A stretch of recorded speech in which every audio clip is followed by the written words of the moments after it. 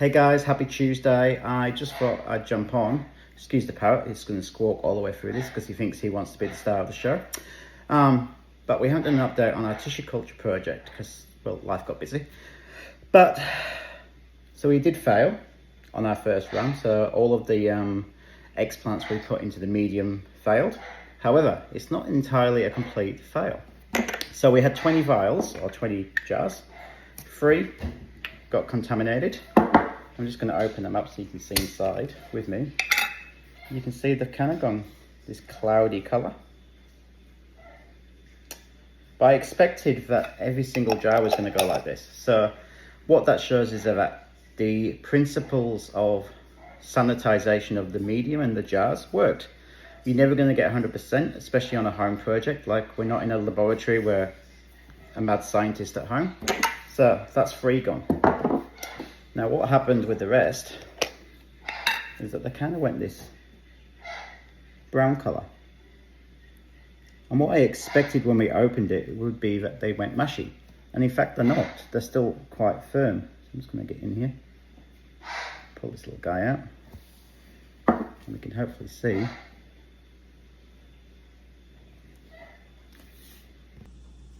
So this is actually really quite, you see, I can push on it, it's still hard, there's nothing actually wrong with it, it's like it's just been preserved, but the plants have failed. So from doing a bit of research and speaking to some people who do tissue culture on a more professional level, there's a couple of things that might have gone on here. One is that we didn't get enough light in the top, even though they were in a filtered spotlight, the Dahlias could have, you know. But that's probably not the most likely cause, because I've seen them when they stockpile them up and there's only light from the top, so the ones at the bottom don't get equal light to the top, and that doesn't cause any issues with the explant. The second point is the BAP nutrient we put in there, which helps slow down the rooting process but causes the nodes to engage, was at the wrong level.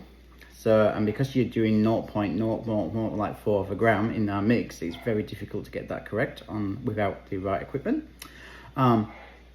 But also that probably the most likely cause was the sterilization process. So when we put these out and put them into our bleach solution, either they were in there too long and that's already caused the cell tissue to die before we even put it in to the medium, which could happen.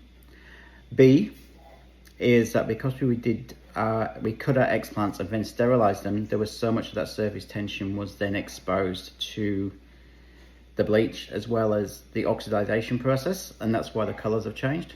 So the advice we're going to is to do the same process again.